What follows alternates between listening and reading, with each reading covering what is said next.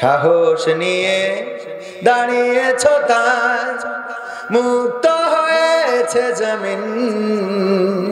সাহস করে দাঁড়ালে আর একবার কায়েম হয়ে যাবে দিন। ঠিক না বেঠে?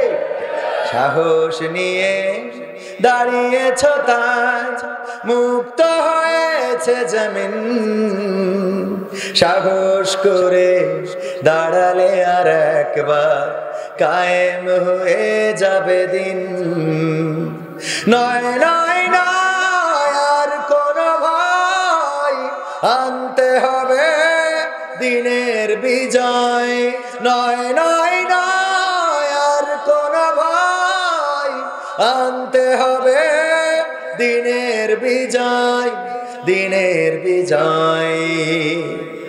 যারা ভেবেছিল ছাড়বে না আর ক্ষমতার ওই মাসনদ, দেখেছে তারা রবের পাকড়াও কি করে করে নাস্তানাবুদ। ঠিক না বেঠিক?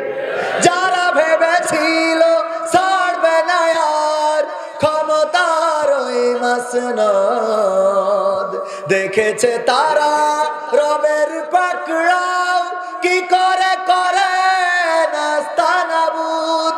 তাই নয় নয় নয় আর কোন ভয়, আনতে হবে দিনের বিজয়, দিনের বিজয়।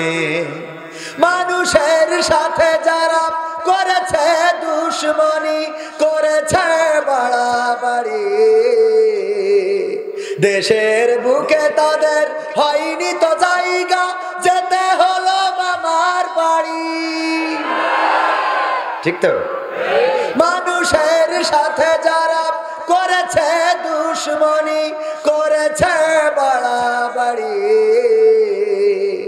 দেশের বুকে তাদের হয়নি তো জায়গা, যেতে হলো মামার বাড়ি।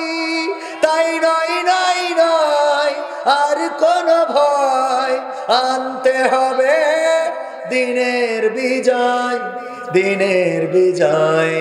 সাহস নিয়ে দাঁড়িয়েছো তাই মুক্ত হয়েছে জমিন। সাহস করে দাঁড়ালে আর একবার কায়েম হয়ে যাবে দিন। ঠিক না ঠিক? সাহস করে দাঁড়িয়েছিলাম। 1952-তে আমরা রাজপথে নেমে প্রমাণ করেছিলাম। সালাম, রফিক, শফিক, জব্বার, বরকত তারা বুকের তাজা রক্ত ঢেলে দিয়ে প্রমাণ করেছিল, রক্ত দিতে জানি, জীবন দিতে জানি, শহীদ হতে জানি। আমাদের রক্তে পিচ ঢালা এই কালো রাস্তাটাকে রক্তে রঞ্জিত করে লাল বর্ণ করে দিতে জানি, কিন্তু মায়ের ভাষার অধিকার ছেড়ে দিতে জানি না।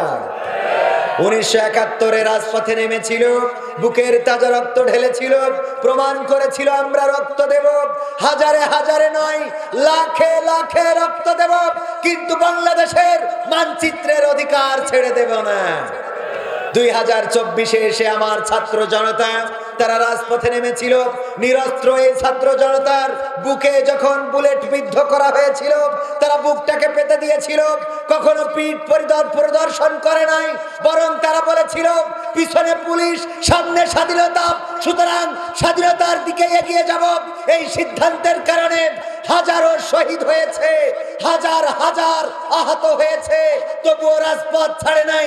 বিনিময়ে বিজয় এসেছে, স্বৈরাচার পালিয়েছে। বলেন ঠিক কিনা? সামনে আসছে নতুন বছর 2025 সাল। ঠিক না বে ঠিক? 2025 সাল হোক কোরআন কায়েমের বছর। দল মত নির্বিশেষে প্রতিটি মানুষ, কে আওয়ামী লীগ, কে বিএনপি, কে জামাত, কে হেফাজত, কে চরমনাই, কে আটরশি, কে ফুরফুরা, সব কিছু ভুলে আল্লাহর জমিনে আল্লাহর দিন কায়েম করার জন্য রাজপথে থেকে কোরআনকে বুকে আগলে রেখে যদি রক্ত ঢেলে দিতে হয় রক্ত ঢালবো, রক্তের সাগরে যদি সাঁতার কাটতে হয় সাঁতার কাটবো, রক্তের সাগরে সাঁতার কেটে কেটে একটি রক্তাক্ত বিপ্লবী কালেমার পতাকা বাংলার জমিনে উড়াতে রাজি কারা কারা দেখতে চায়?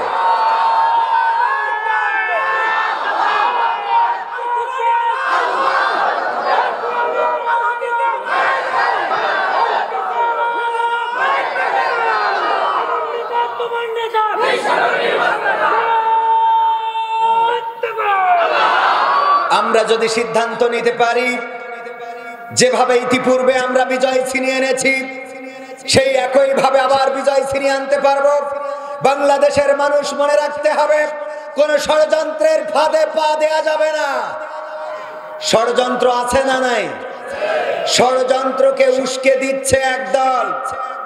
নতুন উপদেষ্টা নিয়ে বাংলাদেশে বিভিন্ন রকম কথা বলা বলি চালাচালি হচ্ছে না হচ্ছে না হচ্ছে না হচ্ছে না মাথায় রাখতে হবে, ওমর রাদিয়াল্লাহু তাআলা আনহু আল্লাহর রাসূলের মাথা কাটতে এসেছিলেন। এর অর্থ এই নয় যে তিনি পরবর্তীতে আবারও রাসূলের বিরুদ্ধাচরণ করেছেন, বরং রাসূলের মাথা কাটতে এসে তার এতটাই পরিবর্তন হয়েছিল। আল্লাহ রাসূল সাল্লাল্লাহু আলাইহি সাল্লাম বলেছিলেন, যদি আমার পরে কোন নবী হতো তাহলে স্বয়ং ওমর হতো আমার পরে নবী। বলেন সুবহানাল্লাহ। আমাদের বিভিন্ন রকম কথাবার্তা আমাদের বাতিলেরা উস্কে দেওয়ার চেষ্টা করছে। আকিজ পরিবারের সন্তান শেখ বশিরউদ্দিন সাহেবকে যখন উপদেষ্টা বানানো হয়েছে তখন বলা হচ্ছে যে তার ভাই আফিল উদ্দিন ছিল আওয়ামী লীগের সংসদ সদস্য, ওর ভাই যদি উপদেষ্টা হয় তাহলে অবস্থাটা কি হইতে পারে। ভাই, নূহ নবীর সন্তান কেনান, সে কি আল্লাহ রাসূলের প্রতি ঈমান এনেছিল? কথা কয় না, এনেছিল। তার অর্থ কি এই যে সবাই ভুল পথে যায়? কথা কয় না। কেউ কি এই কথা বলেছে যে কেনান যদি এমন হয় তাহলে তার বাবা কেমন বুঝে নিতে হবে? বলেছে এই কথা কেউ? বলে নাই। এই ষড়যন্ত্রের ফাঁদে পা দিবেন না। আকিজ পরিবার ইসলামী আন্দোলন শুধু নয়, ইসলামী মূল্যবোধে বিশ্বাসী শুধু নয়, সক্রিয়ভাবে ইসলামের পক্ষে যদি কাজ করে থাকে এই বাংলাদেশে যতগুলো শিল্প গোষ্ঠী আছে তার মধ্যে আকিজের নাম স্বর্ণাক্ষরে লেখা থাকবে।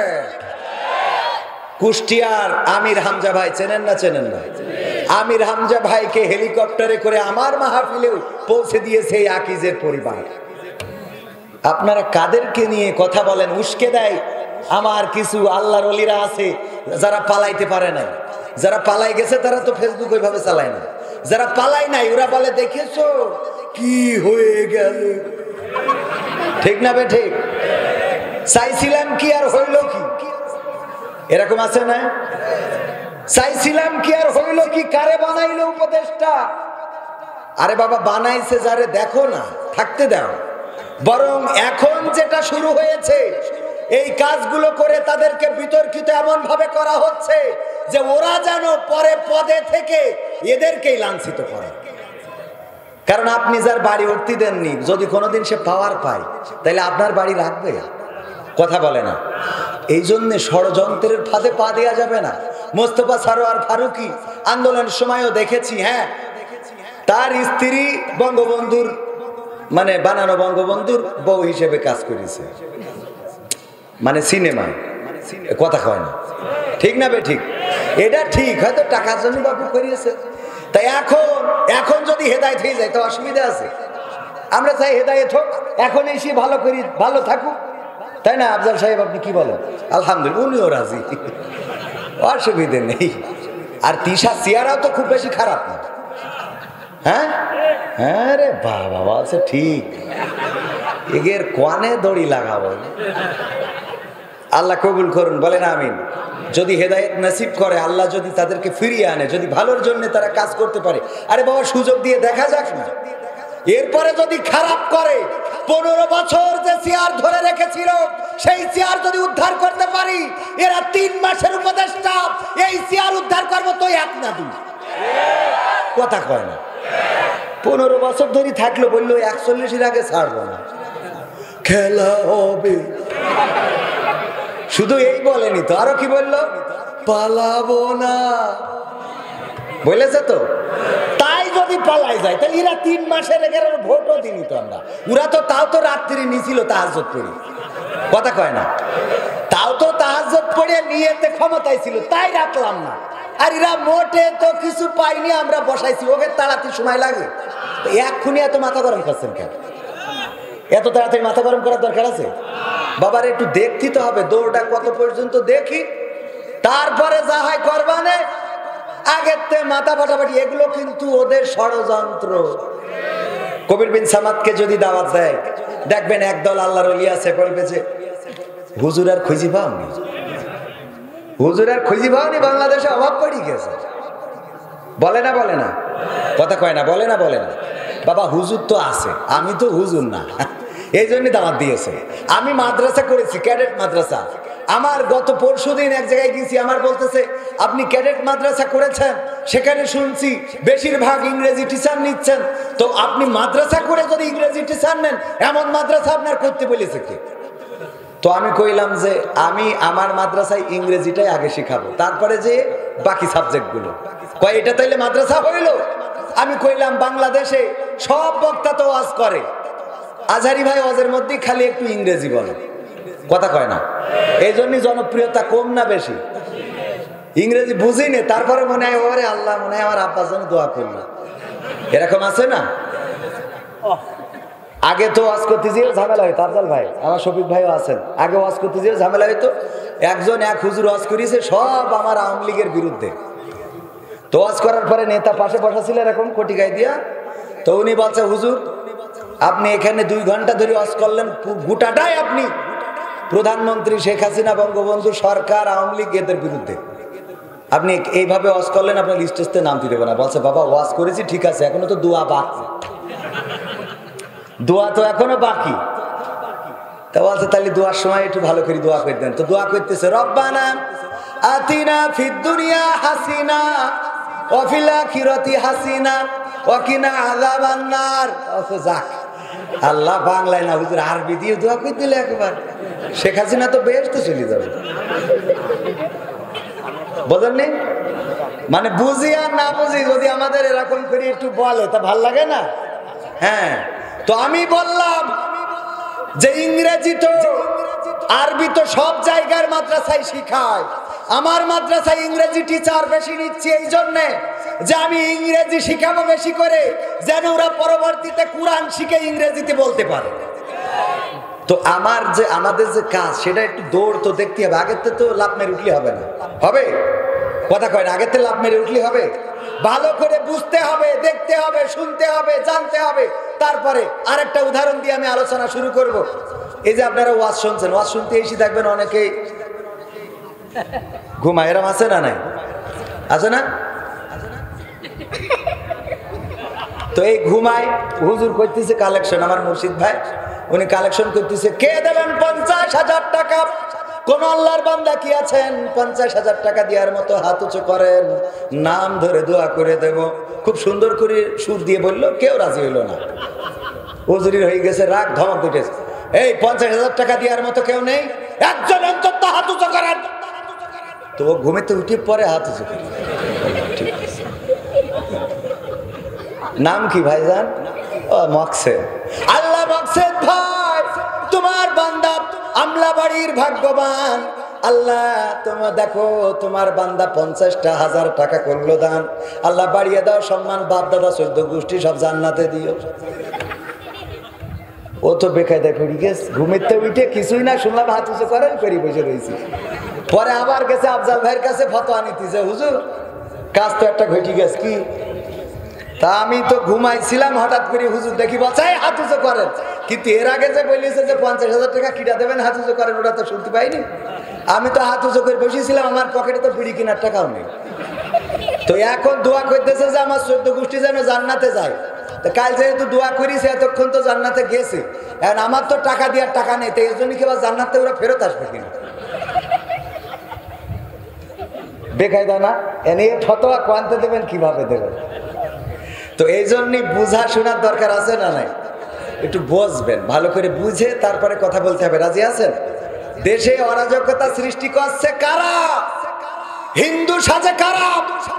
যখন আমার দেশে বিশ্বজিৎকে কুপিয়ে কুপিয়ে নির্মম ভাবে হত্যা করা হয়েছে, বারবার করে চিৎকার করে বলেছিল আমি ছাত্র শিবির নই, আমি হিন্দু।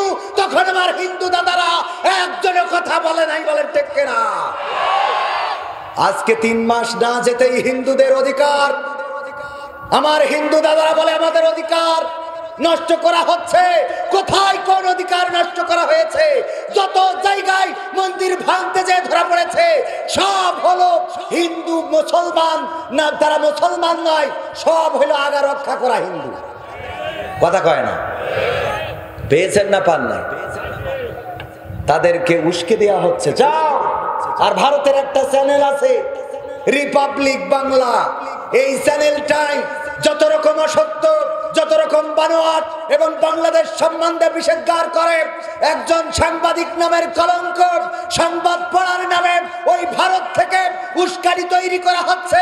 এই উস্কানি যারা করছে ও দিচ্ছে, যারা তাদের মদতদাতা, আল্লাহর কসম করে বলি তাওহীদি জনতার জীবন থাকতে তাদেরকে সাকসেস হতে দেওয়া হবে না। এই বাংলাদেশ রক্ত দিয়ে এনেছি। তোমাদের তো পালানোর জন্য মামার বাড়ি আছে, দাদার বাড়ি আছে। আমরা কোনো মামার বাড়ি পালাই না, দাদার বাড়ি পালাই না। হয় শহীদ হব, না হয় গাজী হব, রক্ত দিয়ে দেশের মাটিকে রক্ষা করব। এই সিদ্ধান্ত নিতে রাজি আছেন? এই সিদ্ধান্ত যদি না নিতে পারি, আর এই ষড়যন্ত্রগুলো যদি বুঝতে না পারি, আমার ভাই, আমার মায়ের পেটের ভাই, আমার বাবার ওরসজাত ভাই, আমার মুর্শিদ আলম বলতেছে তোমার ভাই এরকম একটা কাজ করতে পারলো, করলি তো আমার ভাই করিস, তোর অসুবিধে কি? ওরে দরদ, কথা কয় না, এরকম আছে না নাই? দরদ এত, আমার ভাই তোমার ভাই এরকম একটা কাজ করলো, এটা ভালো লাগলো না, ও ভাই থেকে দরদ বেশি, এরকম আছে না কিছু? এগুলো পাকা শয়তান। ও ভাইয়ের সাথে ভাইয়ের দ্বন্দ্ব বাঁধিয়ে দিতে চায়। আপনি হঠাৎ করে মনে হয় তাই তো আমার ভাই এই করিস, মাথায় রাখবেন ওটা আপনার রক্তের ভাই, জন্মের ভাই, মায়ের পেটের ভাই। আর যে আপনার বলিছে সে তো ভাই না, ও তো কোনোদিন আপনার পাশে, আপনি যেদিন বিপদে পড়বেন ও দোকানে যাই বিড়ি টান মেরি খাবে, আজকে লাইন মতো পড়িয়েছে, কথা কয় না। তবে আজকে যা চাইলাম তাই হইল, যা চেয়েছে তাই হয়েছে, ঠিক না বেঠে? এখন কথা বলার সুযোগ আছে না নাই? তবে উন্নয়নের কথা যে শুধু তারা বলিস তা না, আমিও বলেছি। আমি মাহফিলি চৌগাছায়, জিগরগাছা, যশোরের চৌগাছা, তো ওই সময় তো আমাদের উন্নয়নের কথা বলতেই হতো। পাশে বসা চেয়ারম্যান বলছে আমি এই ইউনিয়নের চেয়ারম্যান, যাক আলহামদুলিল্লাহ। উনি যখন চেয়ারম্যান পাশে বসাতে, আমার তো ওয়াজ ভালো করে বুঝে শুনে করতে হবে। তো আমি যত উন্নয়ন আছে, টানেল, পদ্মা সেতু, রাস্তা, বিদ্যুৎ, কলকারখানা, তারপরে ওভারব্রিজ, এক্সপ্রেসওয়ে, মানে গোটা গোষ্ঠী শুদ্ধ যত উন্নয়ন সব 2 ঘন্টার মধ্যে ওয়াজ করা শেষ। মুনাজাতের সময় বলছে হুজুর একটু খালেদা জিয়ার জন্য দোয়া করতেন। তাই আমি বলছি কেন? তা বলছে আমি বিএনপি চেয়ারম্যান। আমি বললাম সহ্য না করি পারা যায়?